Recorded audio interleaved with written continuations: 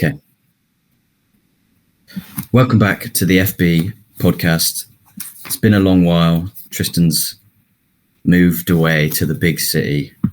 So we're going to change the format a little bit and just maybe be a bit more casual with the predictions and stuff, do a few games, go into the Villa game and a couple of other fixtures that we fancy the look of. Freestyle in it. Yeah, wing it. Could do a bit of fantasy as well. Yeah. But yeah, that's it. So Creeping round, trying to ruin my lighting. should we start with a fixture, do you reckon? Well, I mean, I suppose I could explain, why we've been gone for so long. How long has it been? It's been 2 months, hasn't Yeah, I suppose so. Well, I just got the little booklet out that's got the predictions in. The last one, Luton played Villa. Oh, the 3-2. Villa played Luton away. Yeah. That game So was played on the day I moved. So yeah, it's been about 6 weeks. that was a month and a bit. Yeah. 7 weeks. So that's it. Yeah. I just looked at them actually. I had a good week that week, and I hadn't filled in the last fixture. Like I hadn't done the points for it. It must have been on a Monday or something, and it was Sheffield United Arsenal. I guessed 5-0 for that, and it was 6-0 Arsenal. Gutting. What did I guess? You went 3-1 Arsenal. Shame. So I guess we'll toss up everything we did before, and then we'll try and keep up with it. We could probably do, as I said, predictions offline, and then once we actually come to do an episode, even if it's every 2 weeks. Yeah. I think we do that because even if we miss a few weeks, as long as we've written the predictions down, we can just tally them up whenever we get the chance. Yeah. So I reckon we try and do that. We would have kept doing the pod, but when I moved, I didn't have internet, didn't have a desk. It was just a bit of a farce, really. Had to use a load of legal jargon to get myself out of that tenancy. Now I'm in a new place, which is nice, lovely place, which has internet and a desk at the very least. So I can do a podcast. Bare minimum. Yeah, and I guess starting the new job and stuff as well just made things harder. Yeah. But we're good. We're back on track. Back in the game. Not that we were ever in the game. Those last few, that last week of fixtures, see where we are, and we've still got 50 minutes until this week's fixtures start, so we can kind of we could do those quick at the start of the pod, just so people know we're not cheating. Yeah. And then we'll probably review everything we've missed in between in a broad sense. We won't go into individual games too much, but yeah. So the last time we actually did an episode was the week when Villa played away at Luton. So I totted them up, the scores. Final scores after that week was 110 for me, 113 for you. What? How many did you gain in that week? Well, the week. So do you remember it got quite close for a while, and then you opened the gap up a little bit again. So it got to about 4, and then you opened it up to like 6 or 7, 6, and then that week, the last week we did, I got 9 points. You got 6. So I got a couple of correct scores, basically. Yeah, let's Brentford Chelsea was correct scoreline for me. It was 2-2. You went Chelsea win, so didn't get a point. Everton West Ham, we both went for an Everton win. I think West Ham won that game, did they? Was it a draw? I'd have to look at. Can't remember. Thingy. Oh, I've got this little thing from when. That's the problem with it. Remembering. Oh, he's back. Never mind. You lagged a bit there. Sorry, I'm just getting distracted. Got a little. I might as well show it now. I've got this little Villa thing. It was just like a little thing that came nice. with one of the pieces of training kit or something that I bought. I normally put it on the windowsill, but it keeps falling off. I'm just a bit distracted. Oh, mate, that's not a good omen. It's not a good omen. No, it's good though. It's good. The worst Secure omen is that. I've got a signed Jack Grealish picture on the windowsill as well. I don't want to get rid of it because it's still like a good bit of Villa history, and it was a nice present from a friend at the time. Yeah. But yeah, it doesn't hold as much. You need to keep it, but just get a bigger one, a bigger signed photo of John McGinn. That's all you need to do. So yeah, Fulham Brighton, I got a point, you didn't, with a Fulham win. Newcastle Wolves, Newcastle won that game. I went draw, you went Wolves win. Forest Liverpool both got a point for a Liverpool win. Spurs Palace, you got a point, I lost out. I went for draw. I remember doing that prediction. I knew that Spurs were going to win really, but just didn't want them to. Jordan, yeah.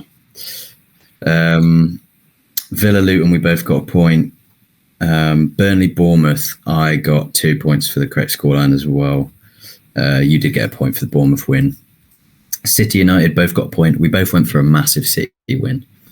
But I think it was quite close in the end on it. Can't quite. But oh yeah, that was it. Yeah. You went 5-1. I went 6-0. And yeah, Sheffield United Arsenal.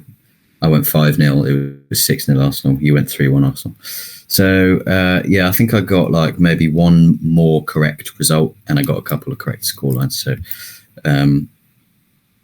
made up a bit of ground. 110. Yeah, last time. Yeah. All right, good stuff. Yeah, I guess we just quickly get into this week's fixtures and then chat shit. Pretty much. Whatever happened in between. Yeah. We'll run through them quickly, and then we can talk about the in between. Yeah. Well, first we got Newcastle at home to Tottenham. Yeah. Go for a Newcastle win here. Me too, man. Yeah. I'm thinking 3-2 to the Newcastle team boys. Yeah, I think that's a good shout. I think Newcastle should be good for a win here. I think like even without taking the like anti-Spurs goggles off, I think it's going to be close at least. Actually, you know what? Just remembering Spurs, maybe we shouldn't discuss what happened in between. Yeah, that's a good point. What a good job we didn't. What's your prediction? I'll go 2-1 Newcastle. Then Brentford, Sheffield United. Shit. Brentford are having a bit of a good spell at the minute, aren't they? Maybe a little bit, yeah. Well, they drew with us. And they beat Man United, didn't they? Yeah, but they only drew with us because of our defensive way. Like, True. honestly, some of the defending in that game was diabolical. I just remember Konza on that. I think it was that third goal. I think it was where what's the left back's name? I always forget his name. Lewis Potter. No. The Spanish one that plays for Spurs. Region. I just remember when he played that ball across, Konza put virtually no effort into trying to stop it. He just did this and stuck his leg out a little bit, and I was just like, "What are you doing?" Like, it just was, pathetic. I think it was complacency or something. Complacent, yeah. But anyway, Brentford, Sheffield United. Let's say, I definitely think Sheffield United are going to get 2 goals, but I think Brentford are going to get at least 2 as well. Desmond then? No, I think 3-2 Brentford. 3-2. Okay. Is the 3-2 magic still alive? Yeah, it's still there. All right. Oh, you've gone 3-2 for both games so far, so clearly it's still happening. And it'll come off. Yeah. No, even if I just get 2 results right that are 3-2, that would end to be fair, 6 points. Yeah. Be all right, actually. Yeah, actually quite. That would be like an average score, or better than some weeks. I think I want to go for a Brentford win. I think that's smarter, but like, I like the underdog. kind of want Sheffield United to. Sheffield United are more than an underdog. They're like a homeless. That is true. Dog, you know. That's true. I might have to go 2-1 Brentford again. Well, I do kind of fancy Sheffield United to give it a go and have some intensity and get a goal. So yeah, go 2-1. Well, Brentford are one of only 3 teams they've beaten this year in the league. So yeah, and Brentford are they are having a bit of a better spell, but they're not keeping clean sheets by any means. Like they're not. Tony should be back. Not solid. Yeah. I don't know why was it injury? I'm not sure actually. Don't know. Next is Burnley Brighton. Burnley Brighton. This could throw up a spanner, but you'd think it would be 3-1 Brighton. Really. Yeah, quite unpredictable. What are their recent results? Burnley lost to Everton, drew with Wolves, drew with Chelsea. Brighton lost to Arsenal, drew with Brighton. Nope. Drew with Brentford, lost to Liverpool. So doesn't tell you much. Burnley are probably better than they have been in a while. They're getting draws here and there. I'm sticking with 3-1 Brighton. I'm just going pure instinct, you know. No real explanation. Just pure, I think unadulterated instinct.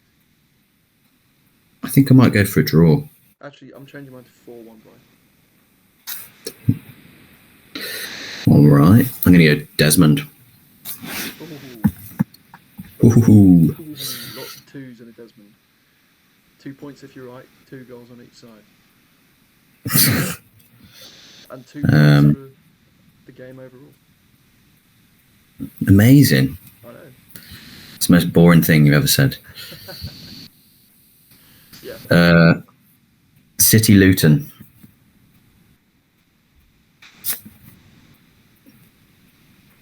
5-1 City.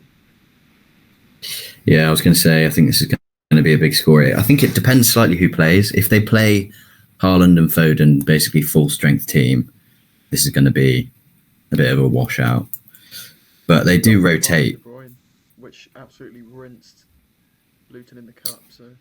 Yeah, well, that's the thing. Last time they played, it was, what was that, 6-0 or something? 6-0, I think.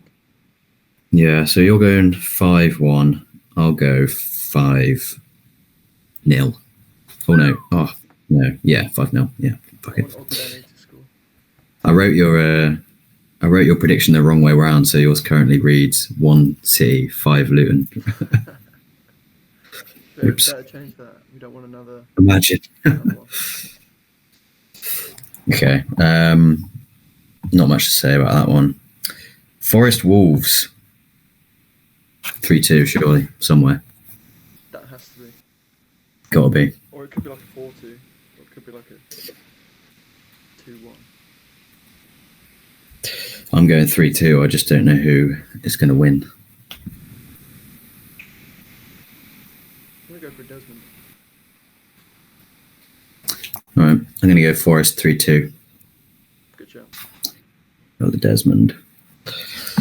And then Bournemouth Man United is the last fixture today. This could be interesting, to be fair. Bournemouth at home. Yeah.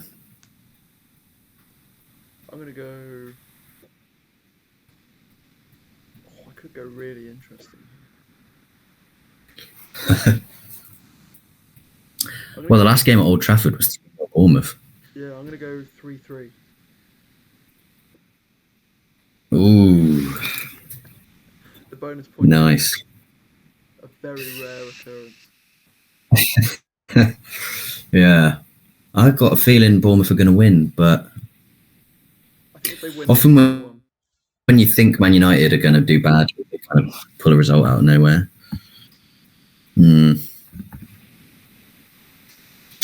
I'm going to go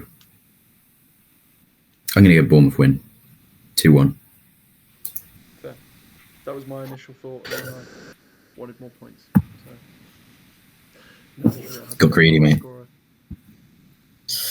Okay, so then that's Saturday. Sunday, Liverpool Palace. Liverpool Palace. Liverpool at home, aren't they? Yeah. I think it's just got to be like a 3-1 Liverpool, probably. I'm gonna go Maybe a 3-0. 4-0, I think. Or no, I'm gonna go 4-0 4-0. Liverpool. All right, I'm going to go 3-0. Go for these bonus points. That cup game midweek, they lost 3-0 to Atalanta. Yeah, I at know. home. Mad. The coefficient, man. We need the points. Yeah, well, it's Germany we're fighting against, really. So it's West Ham. Yeah, but We really are. yeah, I feel like Leverkusen we kind of just got to forget about them. They're going to get to the final, I think, possibly win it. The key fixture is Arsenal, Bayern, which is still up in the air, isn't it? I still think West Ham can get through that fixture. I wouldn't be like super surprised, but I think Leverkusen are definitely favourites. But yeah, West Ham at home, potential to do something there. Anyway, speaking of West Ham at home to Fulham. West Ham at home to Fulham. Wow, what a fixture! What a fixture. Fulham 0-0. Shit away normally, aren't they? So I don't know. I'll have a look at their. they can be great at home. Yeah, so their recent results: they beat Tottenham at home, beat Brighton at home, lost to Wolves away, drew with Sheffield United away, lost to Forest away. So yeah, away form definitely bad. West Ham, why not?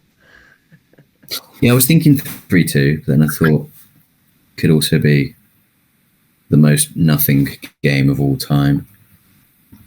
Yeah. I think I'm going to go 1-1, just boring, close, 1-1. defense, sloppy. That's the saddest prediction I've ever heard. I know. Well, it's the saddest game I've ever seen. So they've got it's the saddest fixture I've seen. Like the next Messi. He's good. I think Bowen's injured for this one. Yeah. I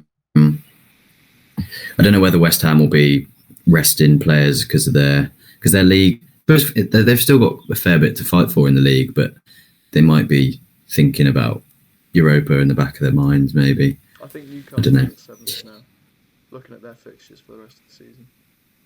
I reckon. I haven't even looked at the table properly. Like bottom half teams. Oh yeah, it's closer than I thought. I thought Newcastle were a bit further off, like United and West Ham, but they're well in it. Yeah. It's like a 5 to 6 point difference between 6th and 10th. Isn't it? Yeah. Newcastle could get 6th easily. I mean, they're 2 points behind Man United. I mean, yeah. Interesting. And then we just did West Ham, and then it is Arsenal at home to Aston Villa.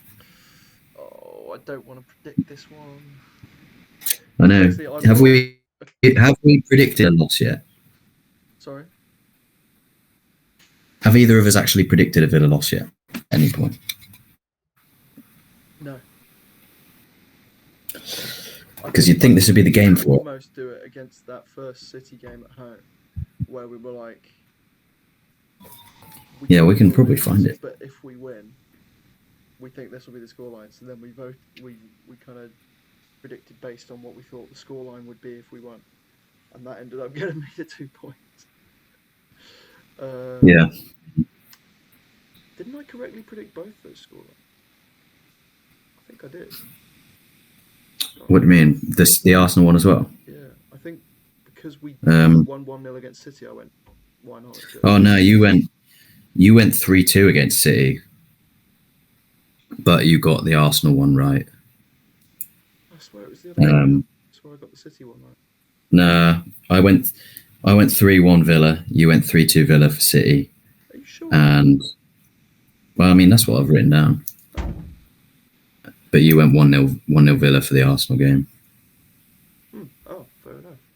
I could have sworn it was the other way. Anyway, this time round. Problem is, see, I see my Champions League prediction is now Atletico Madrid to win it, and then Arsenal is my dark horse. Yeah, I mean Arsenal are, in terms of form, they're incredible at the minute. They're just watertight defensively, scoring loads of goals. Like, I think they're a good shout for a dark horse in the Champions League, definitely.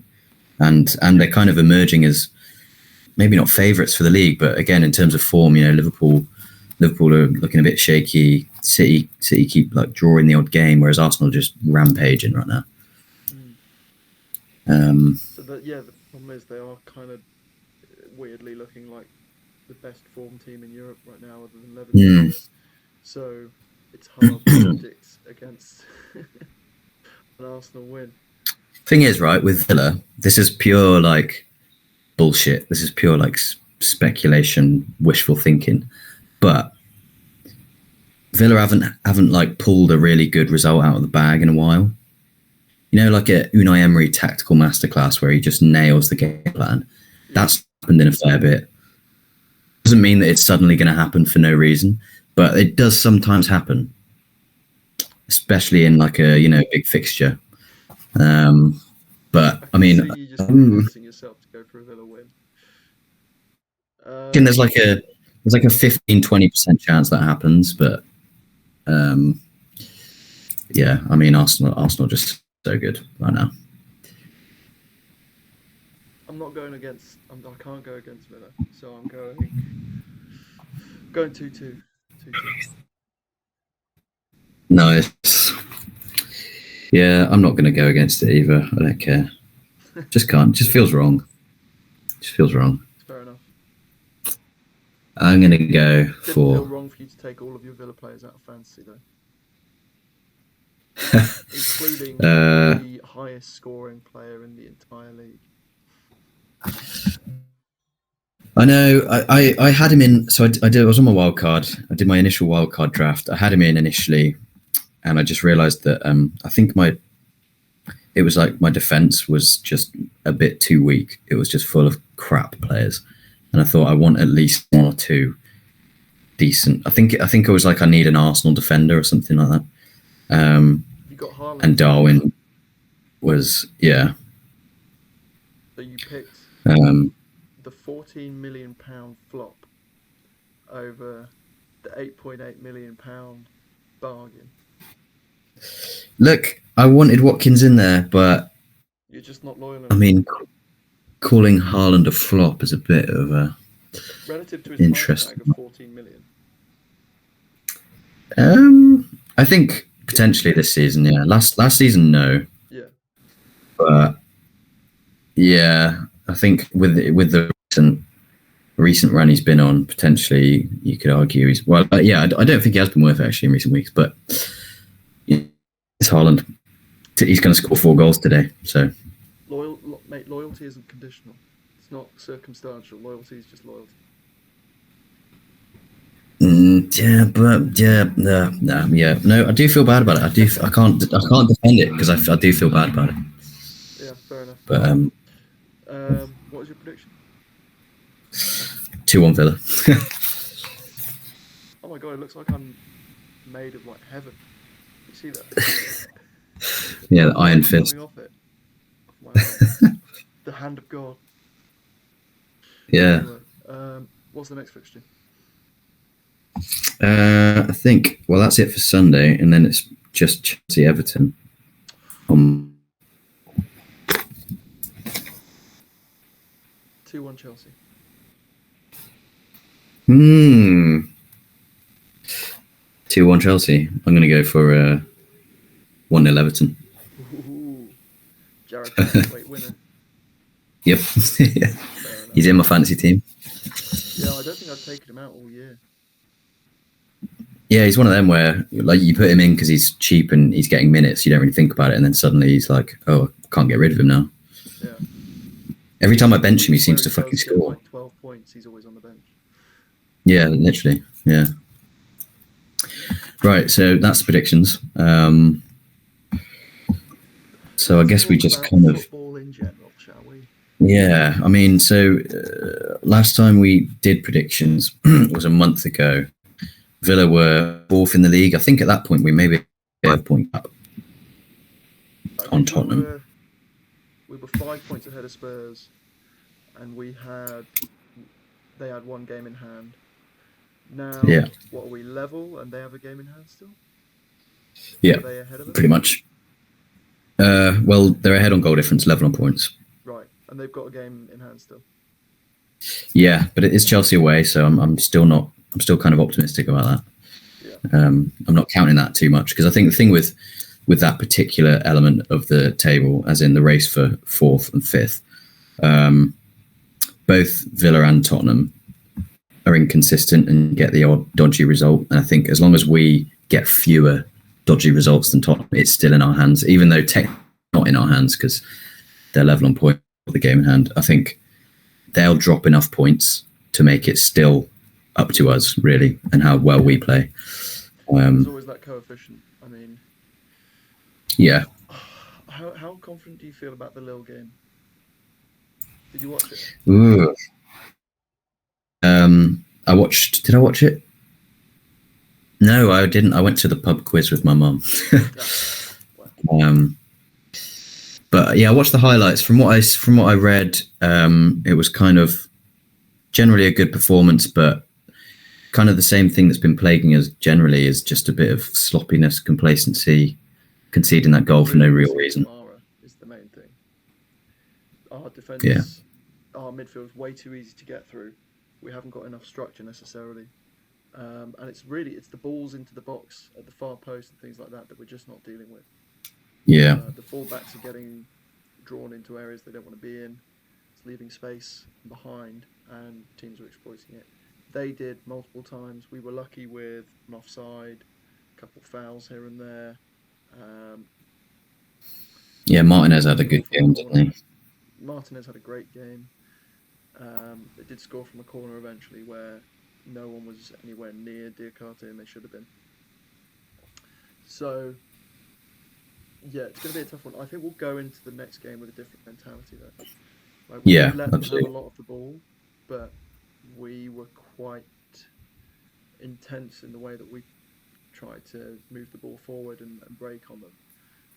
Whereas I think we will try and kind of suffocate the game a lot more and control it through a method of sort of exhaustion and just being cunts basically in the away. Yeah, well, Emery's very practical about that kind of thing, isn't he? Like he's kind of a master at the two-legged tie. That's why he's got so many European titles, because over two legs he's very good at securing the home win and then playing very practically away from home and just getting the job done, really.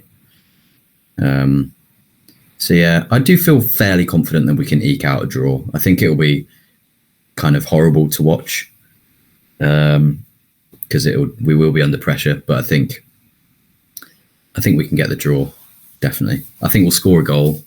We'll be under pressure. We'll have threat on the counter. We'll get a goal, and I feel fairly confident, to be fair. Yeah, I feel like if we can stop them getting a goal, getting 3 goals, and we can score, then that puts us in a decent position.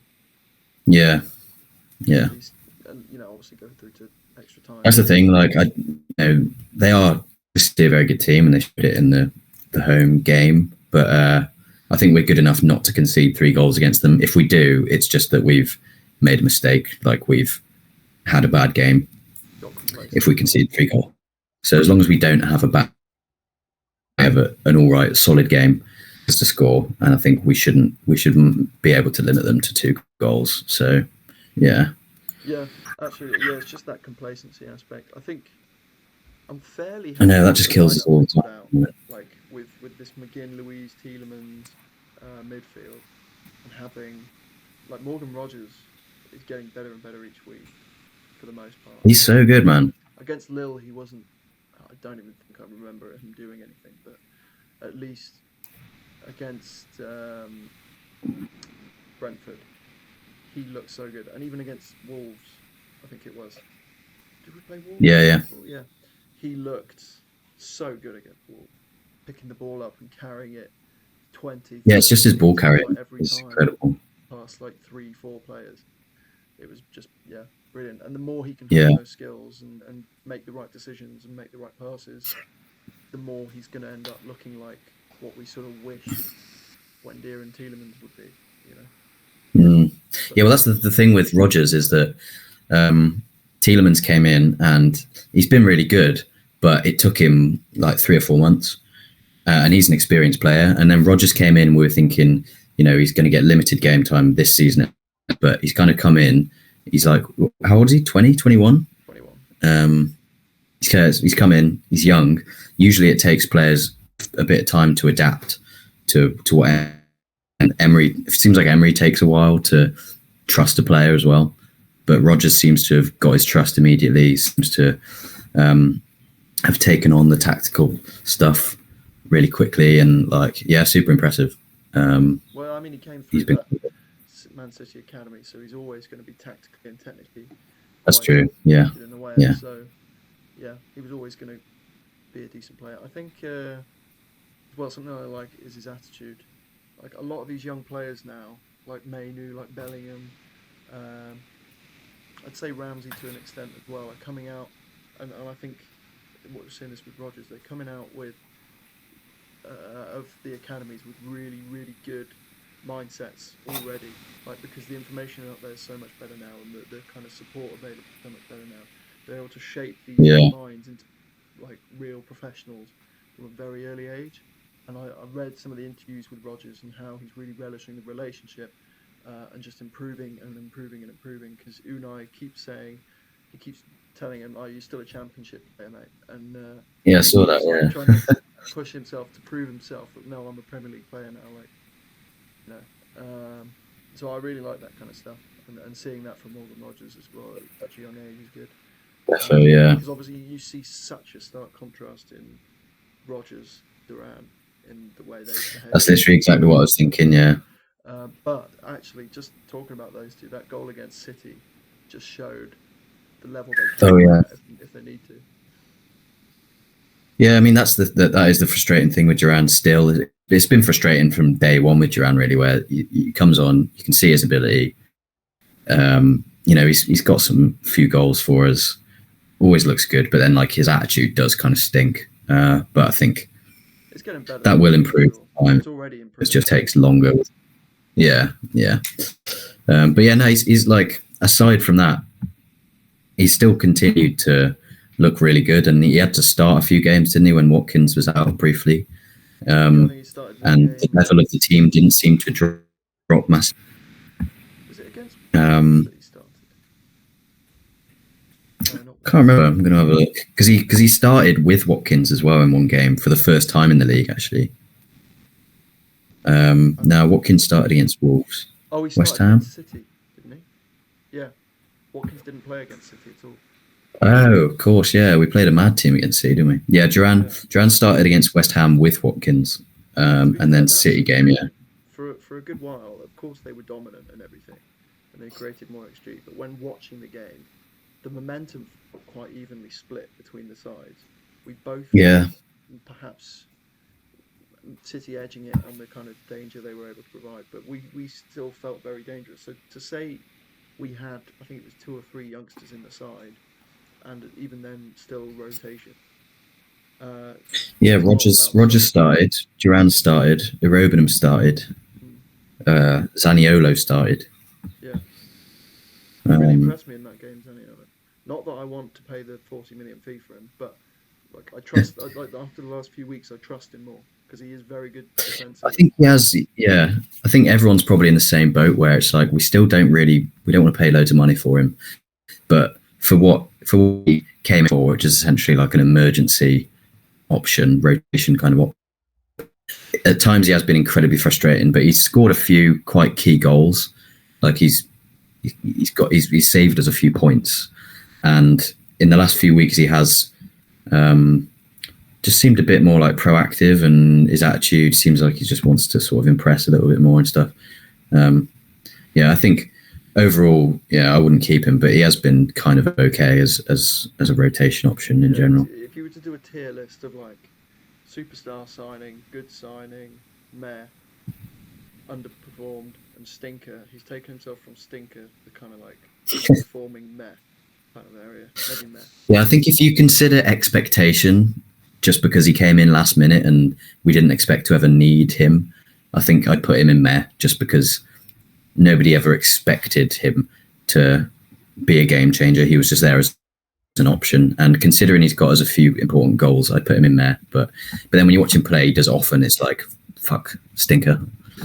But It's a shame yeah. not Zaniolo, Phil Foden has just become unstoppable in recent weeks. Because if Foden wasn't so good, we might have got a point out of that game. Yeah, I mean, that City game was, it was like Foden scored some mad free kick. Yeah, you got that perfect finish from Rodri. I think they deserved at least 2 of those goals, which was the Rodri goal. Sorry, the Rodri goal and the Foden goal assisted by Rodri. Even though it wasn't a high XG chance, it was still like they created a good opportunity. Whereas that Foden long shot and the free kick should not have gone in. That was where Zaniolo kind of lost the respect. That awful attempt at a block. I don't even know what he was thinking. Yeah. Like the main fundamental thing of having a wall is that you keep it together to block the ball. You don't start spinning around. Yeah. Like, I don't know. I don't know. But and then that long shot was just like, what are you gonna do? You know. Yeah, I do think, like you said, the balance of the game felt like. Well, I stopped watching it like half. I think I'd like go somewhere, dude. But when I stopped watching the game, I think we were 1, or maybe it was 1-1, and I thought the game felt pretty balanced. And obviously, you expect City to keep the pressure on, increase the pressure. You expect, if it's a close game against City away, that they will get the goal eventually. It's just it did feel a bit unfair that they got 4, because it did feel more like a 2-1 or a 3-1, but they just scored a few really bad. But the game did feel fairly balanced. Just, considering the team we put out, I think it was an all right show, really. Should we touch on the Spurs game? The thing is, right, I'll say my Sure. First half, we were the better side. We didn't hold all the ball, but we weren't trying to. Right, we opened them up a few times, and had we just been a little more composed in the final third, we could have easily been 2-1 up, or one 2 goals up in that first half. Like, Watkins went through on goal, 1-on-1 with the keeper, and just decided to square it out of nowhere when he could have easily just composed himself to slip one past the keeper, which was bizarre. And then their first goal was just like a pinpoint accurate cross. It was just so difficult to stop. It's not like they tore us apart. Then we lost all our composure. They dispossessed us in our own half and got another easy goal. Then everyone was singing McGinn's name. He was absolutely on a mad one. I think he literally, the 5 minutes before he got sent off, he was running the game. Like, he was doing. Yeah, he was when he was. He did kind of look like Messi. But it is funny. Like, you don't perceive McGinn as this amazing player necessarily, in terms of like technical ability and stuff. But then just the other day watching that Lille game, the commentator went, "He's so technically gifted." And when I thought about it for a minute, I was like, he actually kind of is, like, really technically gifted. Oh, he actually is. Like the fact he's like a dwarf, like mountain man. Yeah. No, well, you look at his numbers for like dribbling past players, and when you watch him, you think, oh yeah, well, it's only because his arse is massive and he uses his physicality. But like, you at the same time, you can't just rely on your physicality. His low gravity helps, but also he does keep the ball very close to his feet. He's very good at dribbling past a player, and like you can just tell when he passes the ball and when he shoots. Sometimes, like the goal he scored against Lille, his technique on his left foot is like really, really strong. Yeah. But yeah, he just got carried away, didn't he? I feel bad for him because I feel like he was in, like you say, in those few minutes before he got sent off, he was charging the ball down, and I think he felt like the rest of the team weren't backing it up. I think he felt like we'd suddenly gone 2-0 down. He was the captain. It was on him to fix everything. He was pressing. He saw like other players not quite putting the intensity in that he was, and just got frustrated with it. And like obviously it was a big mistake from him, but it wasn't looking back at that, I asked a few people and kind of discussed it with people, and I think I only saw one person who was like, "Yeah, that's a red," just because they Yeah, I thought don't it was know. malicious and reckless, and I was like, "Well, is it? He wasn't actually as far away from the ball as you think, and Yeah, and also like he hasn't used his studs. there was a He's just moving at lot in it, pace." but yeah, well, that's the thing is that there was pace and force in it, but you know, the reason they have those rules about where on the you tackle a player is because certain areas are really really dangerous, and certain areas are not. And so, and you know, he did go in with a lot of force, but also it was like thigh to thigh contact. Yeah, he just took out I his feel right like, leg. You know, yeah, there was definitely force in it, and you know, you could have given him a dead leg, but I feel like the risk of actual injury was pretty minimal with that, and that's what I read. That's what the kind of dangerous tackle, like high foot kind of rules are for, is because it is for like mitigating the risk of serious injury, and I don't know if there really was yeah. risk of serious injury there. So I think fitness yeah, levels it were was a big factor as well. I mean, even Aston yeah, Villa you could fans tell, said yeah. after the game they were like they looked so tired, and I was watching specifically. I was looking at Leon Bailey, and every time he had space to run into it, just looked like he was jogging and then just Yeah, stopped Bailey was because just he gutting collapsed. really because he just didn't have it, and Mm. yeah, it probably was fatigue. Yeah, I think more fitness Yeah, I think sessions than he it did was in the obviously a summer. gutting game. What did you say? Sorry. More fitness sessions than he did in the summer. Yeah, maybe. I mean, you know, obviously we've played loads more games as well. So like What is it? We're Tottenham on like 50 something games already. will be on about because they went out in both cups, not super early, but didn't go to lat stages either, and they've not had Europe all year. And we didn't go far in the cups either, but then we've had all European games, 2-leg ties and stuff, group games. Yeah, I mean we could probably work it out. And like I think like the squad depth thing as well with Tottenham is like, there's obviously been a narrative that they've been hit really hard by injuries, and they were for a period. It always happens.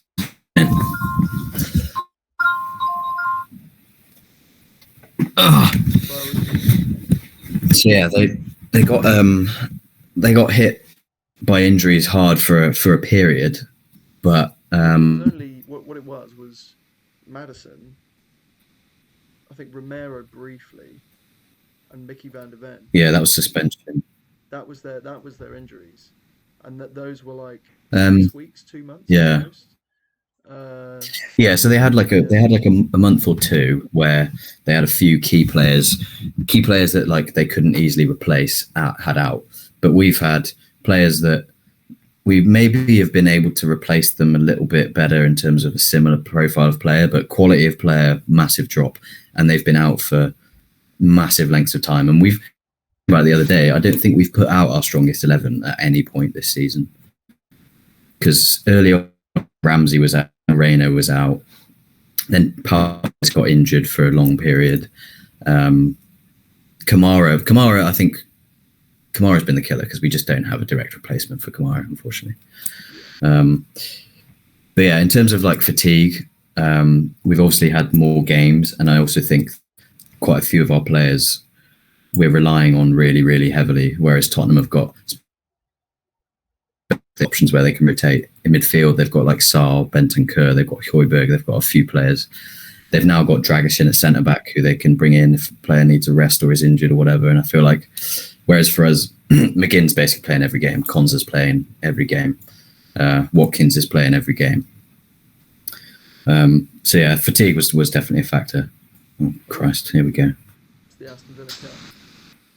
Yeah. So yeah, it was a gutting game, but I think it was gutting, but it's not the end of the world because like you say, we played well in the first half. It was sloppiness we conceded, and like you say, a really good goal that we conceded from like perfect cross, and then McGinn got sent off. Yeah, so Yeah. all in all, it does kind of deceive you a little bit on just where the team's at. A bit. But I think the worrying thing about it, and something that has been a feature of our games recently in general, is the kind of complacency and just conceding a sloppy goal for no reason. yeah, Because that happened in the Tottenham game, and it's happened in several games. yeah. Um, How do you? I don't know how you stop it though. no, I don't The know. guy will be telling them like he's not going to be Yeah, there like, yeah, don't worry about it, guys. It's just Brentford. He's not saying that about it, is he? Like, so it's difficult yeah. I to don't get know, behind it. because like it's not like there's a lack of experience in the team either. Um, Is it just the I think there's quality of the league? maybe, but then it doesn't. To other sort of top teams, it doesn't seem to happen too often. I mean, to be fair, it might be recency bias, like our perspective on it, because I saw a stat the other day that we've dropped the fewest amount of points from positions out of anyone except like Arsenal and Liverpool or something like that. So while it does seem to be happening recently where we concede goals for no reason, except the Brentford game doesn't necessarily seem to be affecting us too badly in terms of like actually the points we're getting and stuff. So Not too bad. yeah, no. Oh, fair enough. What else can we talk about? Well, the bottom end of the league is kind of spicy. Yeah, I still want Luton to survive, but Well, they're. I mean, Everton have had another points deduction, haven't they? have they? Um, Was it a further 2 points? yeah, they just had another 2 points. Yeah, Well, so they had the 10, it was reduced to 5. Is this now a 2 point yeah. extension on that, or just a separate? I think it's 2 points for a different charge. Oh, really? Shit. Yeah, so they've now total 7 points docked. So yeah, Luton are in the relegation zone, but only on goal difference at the moment. And so they've got to get more points than Forest or Everton, basically, between now and the end of the season. And you said like months ago that Luton could survive and Forest might go down instead. Mm. Um, Actually looking fairly plausible right now. Well, I want Luton up, and I want Forest down. Forest or Yeah, me Everton too. need to go Okay. down. They need to, like, and City need to be punished heavily. Like, examples need to be set. Yeah, You know, precedent needs to be set. So yeah. I want it. I want it to happen. I don't know out of Everton and Forest who I'd rather, because either one going down, like Forest can sell off players and probably survive. Everton might collapse as a club. Might just die. Yeah. Mm. I think I'd rather Everton stay up because I think I quite like Everton as a traditional team. And to be fair to them as well, in terms of their actual performance in the league, obviously you've got to take it with a pinch of salt because, maybe they wouldn't have the players they've got without the financial breaches and stuff. But, they're still not in the relegation zone and they've had 7 points docked. So just in terms of how good a team they are, they probably deserve it Yeah, more than Forest Forest. have But had points again, docked, right? yeah, what did they have? Was it 2 for them? Can't remember. 3, 4, Yeah, something. don't know. But yeah, I mean, for what they're working with, and for the kind of philosophy at the club, and what they represent, I think Luton are far more deserving of the place in the league than the Forest and Everton. Yeah, definitely. I mean, they've barely spent any money, got their way up through the Championship, played really well in the Premier League despite no resources. They definitely need more because Everton and Forest have both spent above their means and are still shit, whereas Luton are shit, but also quite decent a lot of the time with very little resources. So yeah, I definitely like Luton to stay up. Do you actually think they will? Like, if you were to predict it? I mean, we could do that. We could predict title winner and relegation spots, maybe. Yeah, I mean we're like 6 games from the end of the season now, so it'd be a decent Well, time after to. this week, yeah. Some will be 7, but yeah, relegation. Obviously, you're not going to put any money on Burnley and Sheffield United staying up, but No, I think they're probably done now. Luton are putting up bigger fights against teams than Forest are. Everton, I think, will be all right just because they have been very defensively solid, and that can count for a lot when it comes to the end of the year, because your motivation to score goals goes up and up. So if you can build on defensive solidity, you can actually kind of be a decent team in those last few weeks, and that's when we see those sort of great escapes. The likes of Leicester had once, and I think we even had a season like that. So, it can definitely happen. So I think Everton will be all right. Forest don't look solid defensively. They've continued to look shaky and shit the entire year. The only saving grace for them has been Chris Wood, and that's Yeah, they can score goals. Yeah, I mean, what's the stat? In the last 5, he's one of only a small list of players to be able to score 10+ goals a year for over 5 years in the Premier League. I mean, Really? he's up there with like Sterling, Salah's, those kinds of players on that kind of list. Yeah. So it's pretty mad that he's still up there. Although he missed an absolute sitter against Spurs that could have put them 2-1. Yeah, I know. Painful. But then Spurs did play very well to then go and win that game. So fair enough to them. Yeah, I mean, I'm still going to back it. Forest to go down and Luton stay up, I think. Yeah, I think I actually might agree, because I'm just looking at the fixtures, and after Luton play City this week, they play Brentford, Wolves, Everton, West Ham, Fulham. So potentially all winnable. There's none that you'd write off. And a few of them are against teams in the bottom half of the table as well. Everton have probably got the hardest fixtures. They play Chelsea this week. They play Forest, which is going to be big. They've got Liverpool. And then they've got Arsenal away on the season. But in between, they've got Brentford, Luton, Sheffield United.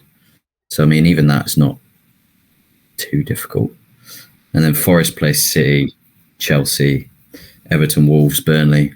So they've all got a lot of winnable games. It's going to be tight, because I feel like they're all going to pick up points here and there with those games. And they do play each other as well. What about Brentford? Are they too far now? How many points are they actually? They're not. These teams? So 18th, Forest 25, Everton 27, Brentford 29, and then you've even got Palace on 30, who could dragged in if they have a really bad one. 25. 25. So there's 25, 18th, Palace in 14th on 30. They're probably the teams in contention. Yeah, and Forest are also on 25. Yep. Okay. Yeah, I've got to back Luton over Forest. Yeah, I think I'd agree. Yeah. I do think Forest will lose more games than Luton. Yeah, I think I'd have to agree with that.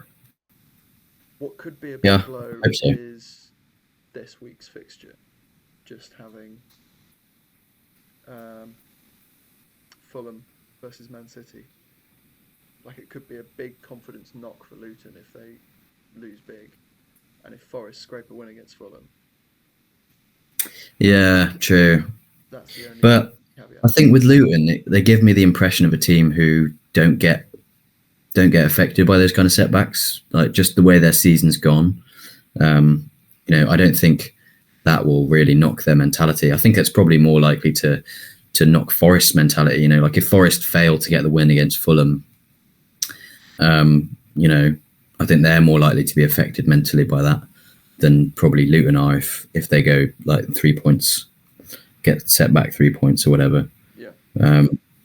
So yeah, I mean that's part of the thing with Luton, isn't it? Is that they seem to have resilience, even though they might not have the quality of player. They've got that mental resilience, and often in those relegation battles, the quality of the players kind of gets thrown out the window when these situations are so high pressure. So yeah, So that relegation. Yeah. I think midway through the season, I backed City and you backed Liverpool, right? I believe so, yeah. Yeah. And then more recently, just based on the way Liverpool just keep getting results, I switched over to Liverpool. But in the last few weeks, if we're using like super recency bias, the last like 2 weeks, 3 weeks maybe, Arsenal are looking top form. Liverpool have had a couple of dodgy results. Now that hasn't necessarily put them out of the race, because they now are on level points with Arsenal on level games. Yeah. But it does give you that element of doubt. Yeah, well, I think when we made the Liverpool predictions, they had that feeling of a team who just kind of gets it done no matter how the game goes. They were, they could be 2-1 down in 85 minutes and you think that they're going to win the game. They've seemed to have lost that bit of magic a little bit because they've lost momentum with a few draws and things. Whereas Arsenal now have that momentum and you think, gosh, they're gonna get a win whoever they come up against, really. Yeah, it's super hard to call. 71 points Arsenal, 71 points Liverpool, 70 points City, all played the same amount of games. Before the end of the year, Arsenal Liverpool. So Luke. I think they do. Or am I mistaken? No, they don't. Oh, they've already, okay. But they both play Spurs. Liverpool, yeah, Spurs, and then they play Villa away week after. Apart from that, their fixtures are all definitely winnable. Yeah, I think I'm going to jump to Arsenal. Yeah, Arsenal are all winnable. They've got Tottenham away. That could be a killer.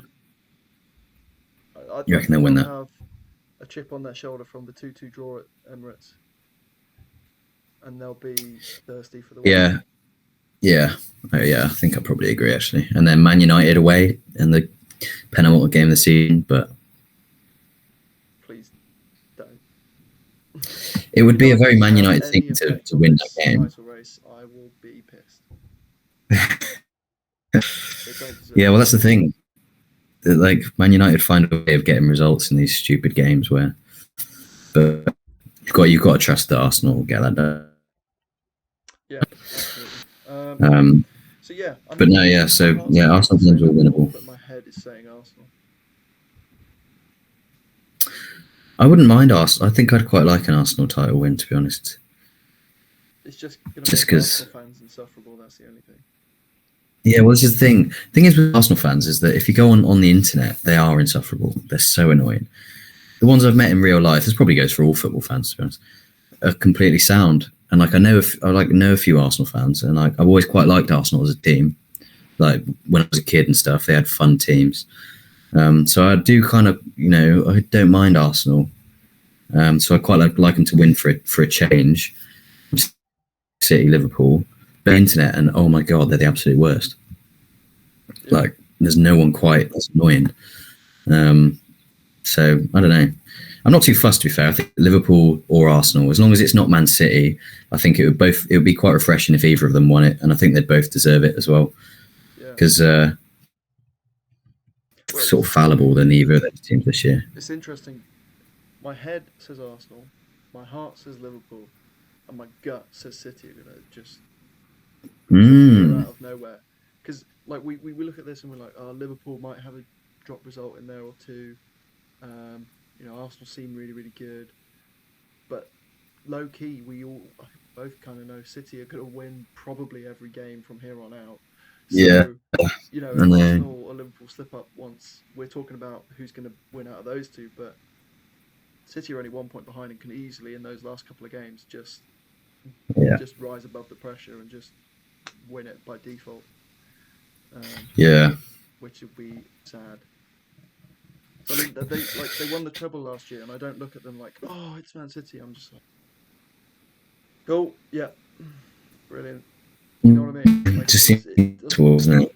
Yeah, it doesn't inspire any like joy or excitement in me to watch them play. It's just like boring. It's just like no. Yeah. Do you know what I mean? There's no excitement in it whatsoever. Yeah. Whereas if it was Real Madrid, or if it was Barcelona, or if it was even if it was Chelsea, for crying out loud, like there would be some excitement there. There would be some like, go on, oh my god, they're so good, kind of thing. Whereas City, it's just well, it's funny, isn't it? Yeah. Like when you say Real Madrid, they've won the Champions League more than any other club in the world, and they're always there or thereabouts. Like they're, somehow they've not really had in recent memory a significant dip in the quality. Whatever happens in terms of players, manager, blah blah blah, they seem to be there or thereabouts in the Champions League. But they don't have that same feeling of City as like, oh, here we go again. It's like it's because they kind of like make it difficult for them They'll it's go all and about lose like story. 3-0 in the away leg and then put it out the bag. It's all about the Yeah, that's story it. It's like the behind it all. story. They have the comebacks. Yeah, they have the Yeah, history. They built it up through just pure. It's kind of like, if you've got like a rich person in the village, right? You're just like, oh, that fucking rich prick again, driving around in his Aston Martin or whatever. But the difference between him and the royal family is like they are like the cream of the crop. Like you're just like, yeah, fair enough, it's the royal yeah, family, whatever.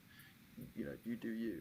Whereas your mate round the corner who's just started a tech company and is all of a sudden super rich, he's like, oh, you annoying prick, fuck off. You know what I mean? It's kind of like that yeah. It with kind of is City like and that. Real Madrid. It's like Yeah, Real Madrid deserve it. They built it. Like I suppose royal family, I'm not getting into politics, but you can say something different than that.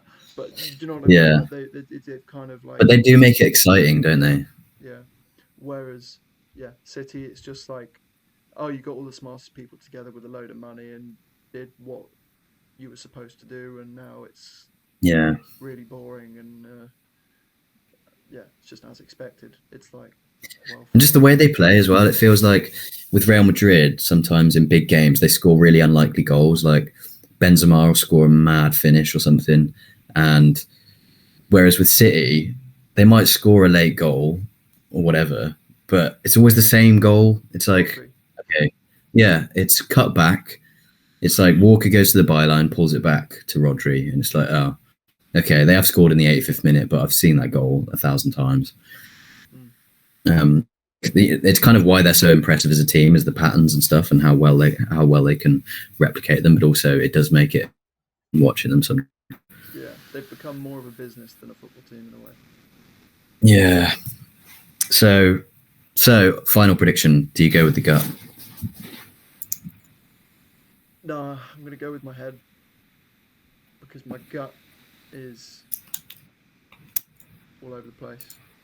My heart, useless. My head is the only place that ever gets me places. The only thing that ever gets me places. So I'm going with Arsenal. Nice. Okay. I don't know what to say really. I think I kind of want to go Arsenal as well, but I might go Liverpool for the story. I might go Liverpool for the Klopp story. I think maybe Arsenal will drop a couple points somewhere. Yeah, I mean, and I have got Villa to beat Arsenal in the predictions this week. So Yeah, fair enough. Fair enough. yeah. All right. Do we hold it there? I mean, do you have any European predictions? Well, Pop out? the Tottenham game has just started against Newcastle, so we can do fourth place and then we'll leave it. Villa. Yeah, not a very interesting one, is it? What are you talking about?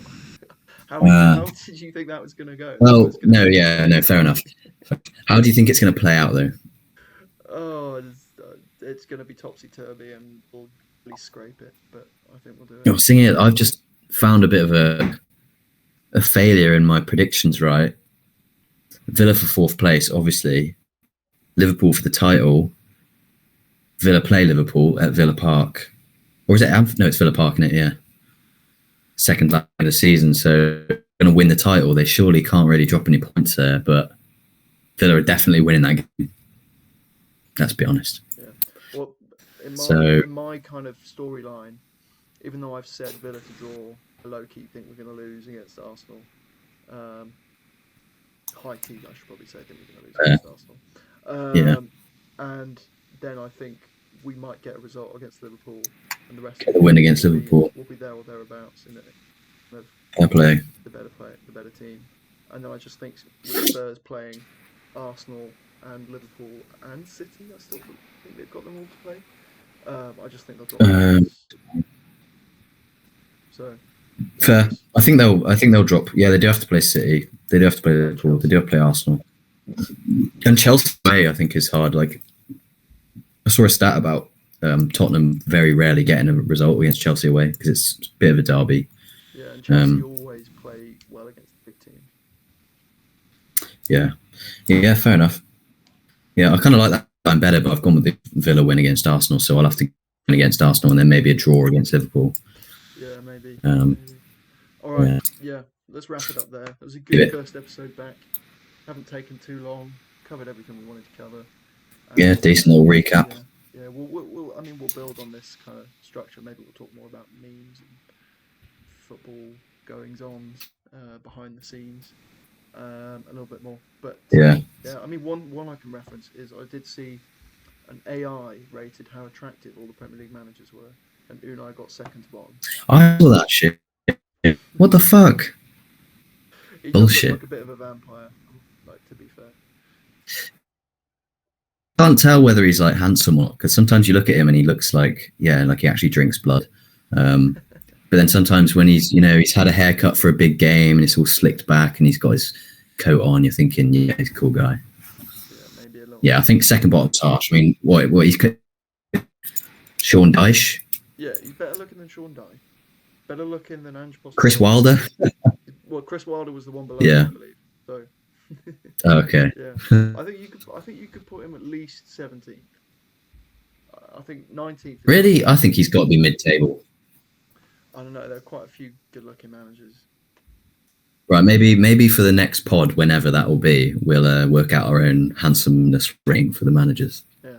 Compare. A bit of homoerotic stuff going on. Who minds? No, that and bollocks. Yeah. Well, we're not rating anyone's bollocks, but there you go. All right. Yeah, let's do a little outro. The natural. I'll do the outro. Thank you very much for watching this episode of the Footbollocks podcast, or FB for short. We will be back in a week or two. It's going to be a little more, as we've said, a little bit more flowy, a little bit more here and there. Just kind of a bit of a conversation rather than a structured show that it used to be. But yeah, keep tuning in, and hopefully Matt will start doing some shorts now that he's got more time per episode to actually do it. I do have more time. Yeah. So yeah, hopefully we'll see a few of those come out. And yeah, thanks for watching, and goodbye.